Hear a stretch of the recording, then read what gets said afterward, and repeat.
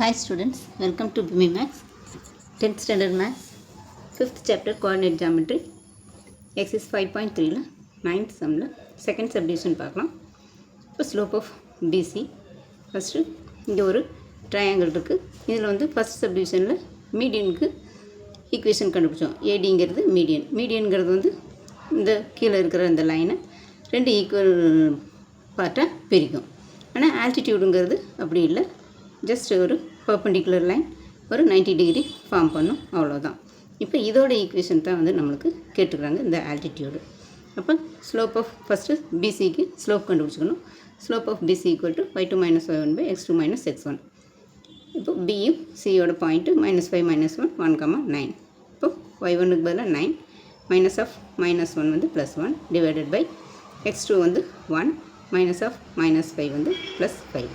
இப்போ 10 ப்ளஸ் இங்கே 10 பை 1 + 5 வந்து 6.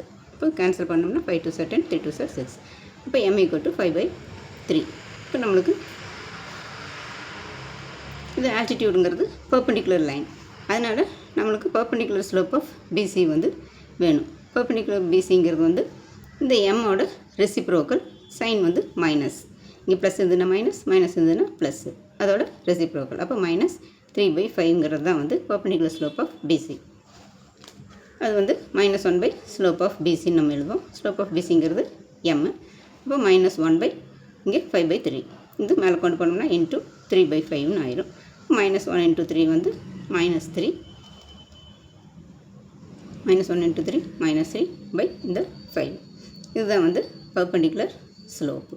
இது எம் 5/3யோட ரெசிப்ரோக்கல், அதோட சைன் சேஞ்ச் பண்ணுறோம்.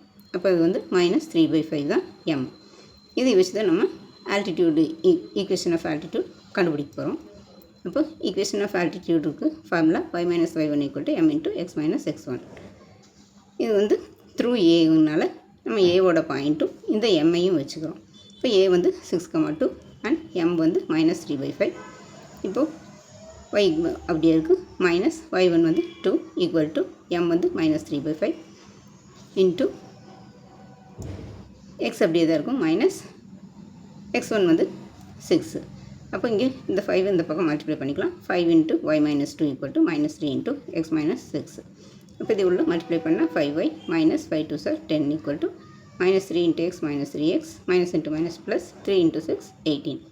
இப்போ இதையே இந்த சைடு கொண்டு வந்தாலும் இது அப்படியே தான் இருக்கும். இந்த 5y -10ங்கிறது அப்படியே தான் இருக்கும். இந்த -3x இந்த கொஞ்சம் +3x ஆயிரும். இந்த +18 இந்த கொஞ்சம் -18 ஆயிரும்.